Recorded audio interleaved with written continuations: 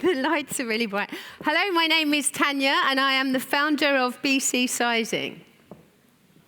BCSizing is an AutoCAD software system for the mass production of women's clothing. There's a huge problem in the fashion industry. Clothes don't fit us. So many women have problems. Consumers are confused over what size am I, what size in what shop, and the high returns due to poor fit.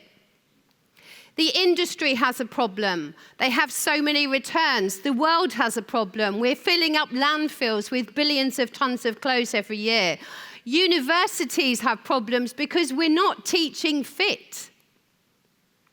There is a solution. BCSizing is a solution. B for body, C for cup. Our bust cup size is not in our clothes. Every single piece of mass production is a B cup. From a small size to a big cup, big size even, and a big cup, it's not there. The traditional grading, this is how the size range is created. From the model size B to a XXXL size B, it doesn't change. BCSizing methodology is totally different. It's incorporated bust cup sizes into each and every body size. Why now? The industry has been searching for a solution for the fit of clothing for years. There's never been a solution like this. The latest solution is 3D avatars. They've been around for the last 2 to 3 years, proven not to improve the fit. The fit problem still remains. An article I read this morning proves the fit problem is still here. The market opportunity with the fashion industry is huge, 1.3 trillion. The CAD/CAM software industry, which is our specific, is 25 billion. There's actually around 400,000 fashion brands, estimated at a 50 billion SOM, which is our immediate market, as well as working with universities training the next generation. Our business model is a B2B SaaS. We see 3 distinct fields: retailers, which also includes the factories doing the mass production, universities that educate the next generation, and individuals. There's a lot of freelance garment technologists, which is the field of making the pattern, and also students would subscribe as an individual. Our competitive landscape, so this area, the 3D avatars, is what has really risen to the forefront of the industry in the last couple of years. You also have the 3D scanning technology. How many apps have you seen that says, fits me? Scan the app and it will tell you what size you are and where to buy it. Well, it's not changing mass production. It's only directing you to what's already produced. This pattern cutting software is aimed at one piece, customization. It's only the top quadrant that actually deals with mass production, and that's where we are. At the moment, we've secured partnerships with Middlesex University. We've secured partnerships with global agents all over the world to help us get the sales in. And a professor from a very big university in the UK is working with us. We've just had an editorial in the Interline. We're doing another podcast next week for AI Apparel. We're exhibiting and attending summits, and a big one for us is exhibiting at Made in the UK Sustainable event next month. We're very active on our social media, and a lot is through my LinkedIn, which is just purely fashion and university, fashion in universities.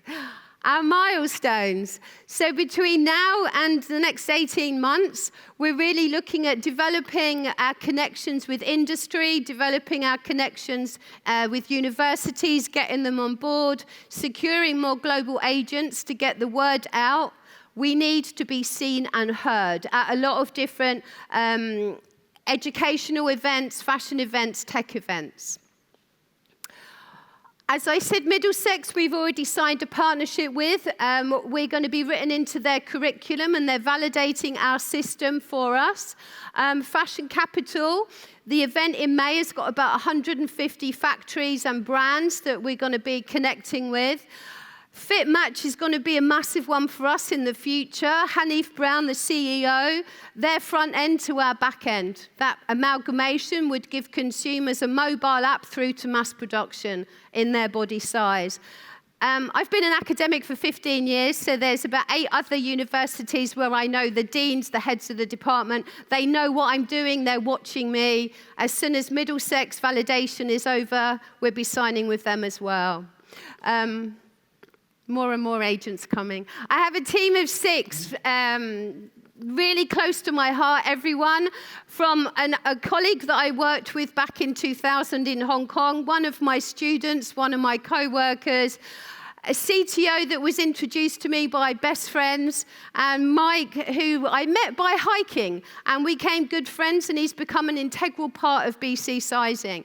Team strength is what we have. BCSizing is not just a harebrained idea that I thought about a year ago. It's been my life. I've written 3 books, 2 in pattern cutting. My PhD study was into the fit of women's clothing, not because I needed to do it, because I wanted to do it. I make my own clothes. I don't need someone. I don't buy from the shops. So I done it because I wanted to make a difference, not for me, for every single woman on this planet. We all deserve clothes to fit us. Why do we have to put up with a system that's faulty? We don't. Our figures are conservative to start with. I don't anticipate revenue until the last 3 months of this year. Then the universities will come on board. We have a discounted subscription for students. And out of 150 brands and factories in May, I'm anticipating just 10 conservatively. Obviously, the figures grow. We are a recurring revenue on it. So our net earnings go up to about 16,000 by year 6. I think that's meant to be 5, no 6. With quite a healthy recurring revenue. We're a slow start, but then we really start to fly on this. Now, I'm hiding. I may be H&M in this room of the 6 people today, but I can tell you, I'm Gucci. And I want you, I need someone, we need someone to really take on the fashion industry. We're not just looking for any partner, we're looking for the right partner. Because what we're trying to do is disrupt an industry that has been, it's been wrong for a very long time. Now have a look at what our software does. Okay, what you can see is a library that is my PhD of integrated body sizes. Consumers will pick the size they want. And this goes onto our desktop where they create the digital pattern. To edit it. There's a total of 23 tools in BCSizing, which enables you to create any pattern. The master block is embedded into the grid, and it has an icon where you can hide it if it makes working space easier for you. Once you've finished your design, press save. And then it cuts.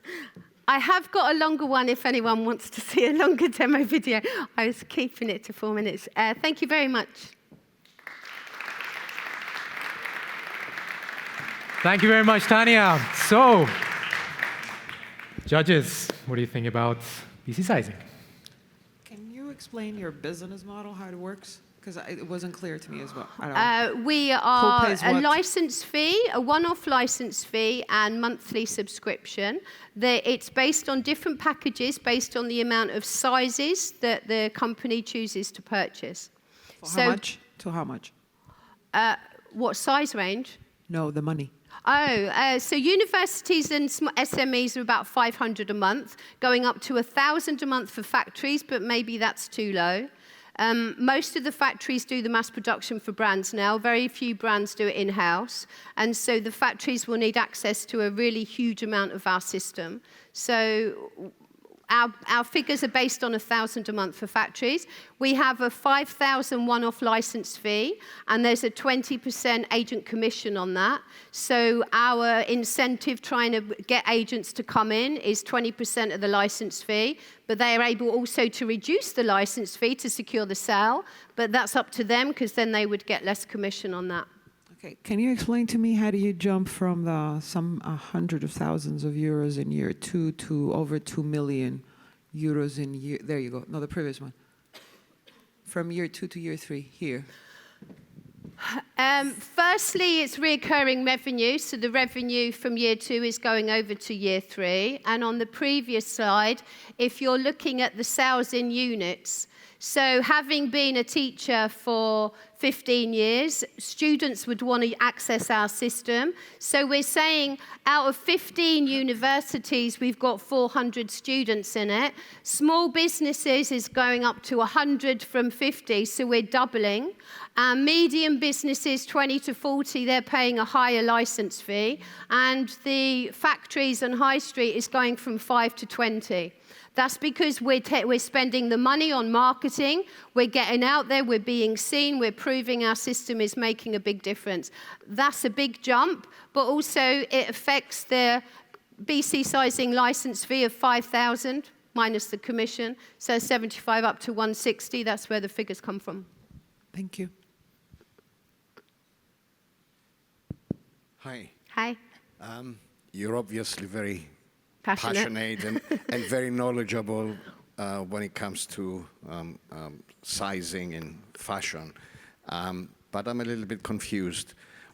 What are you creating is additional sizes on a mass scale, so more granularity on sizes, or custom sizes? No, don't say the word custom. I'm anti-custom. We are sizes within sizes.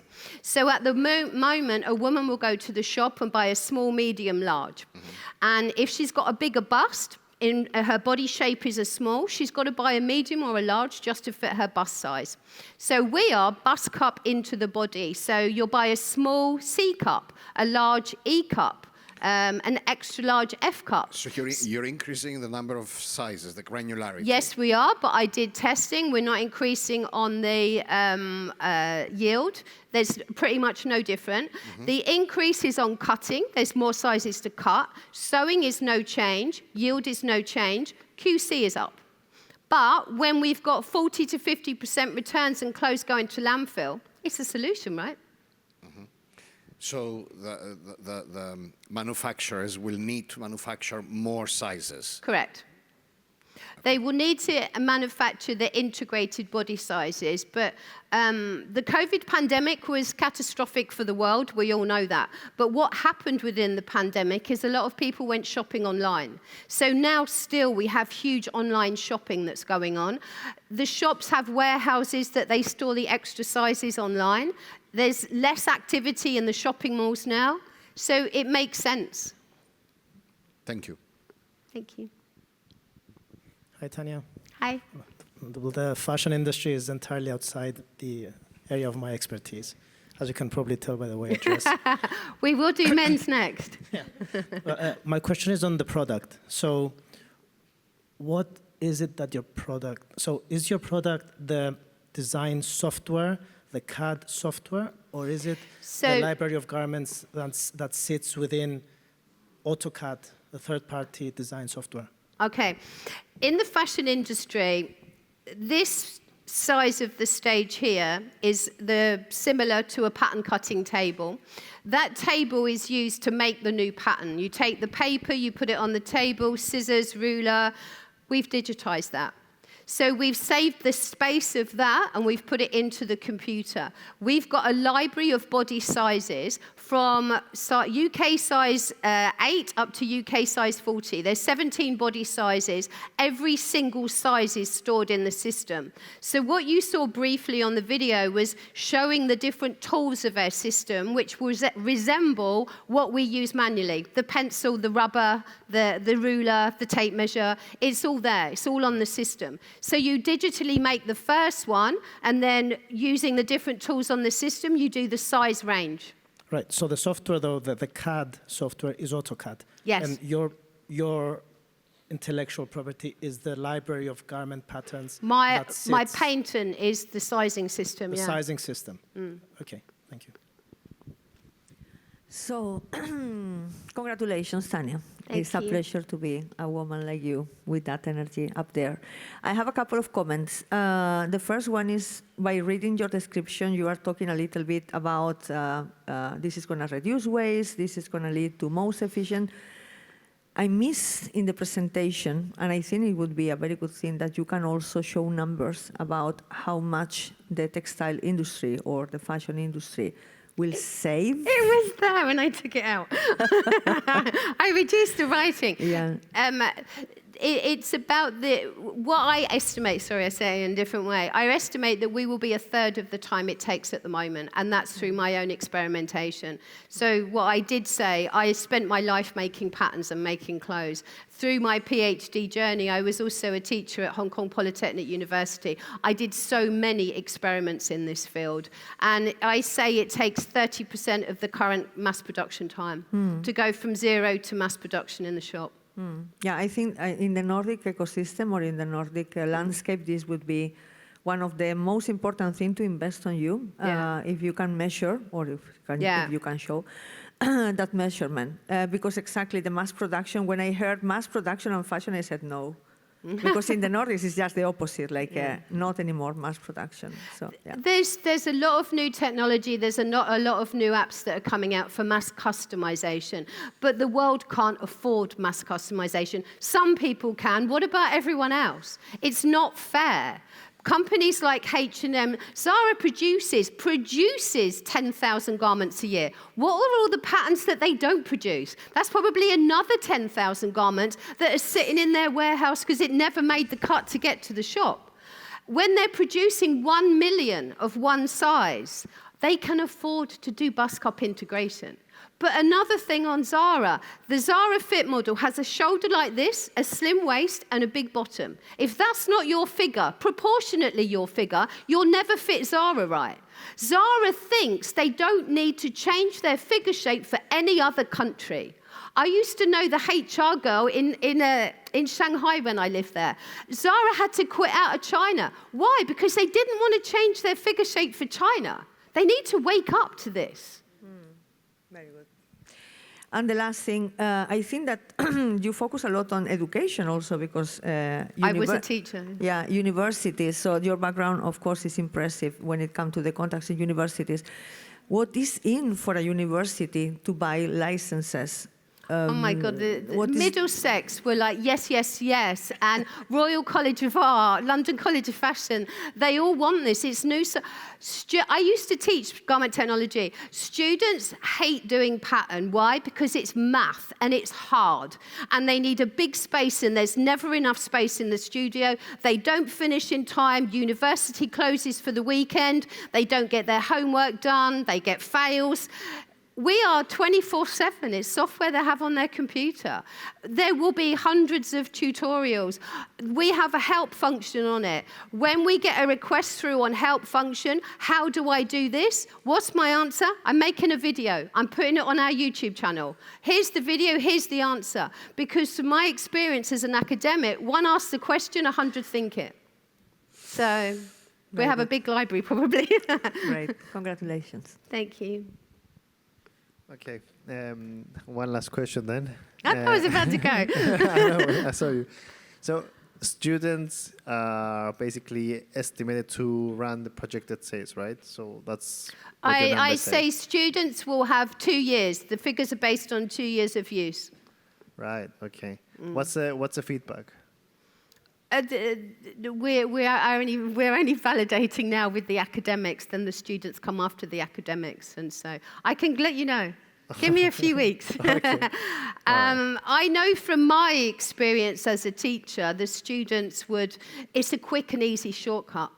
Because what they hate doing is making what's called a garment block and making the pattern in the first instance. It's hard. And our system has got it already there and it's already programmed. But fit is what we'll be teaching. Okay, thank you. Thanks. Round of applause for Tanya, thank you. Emotional, Tanya. Judges, what is your decision? Down, down, down, up, and down. 4 downs and 1 thumbs up. Thank you. But really big thumbs up over there.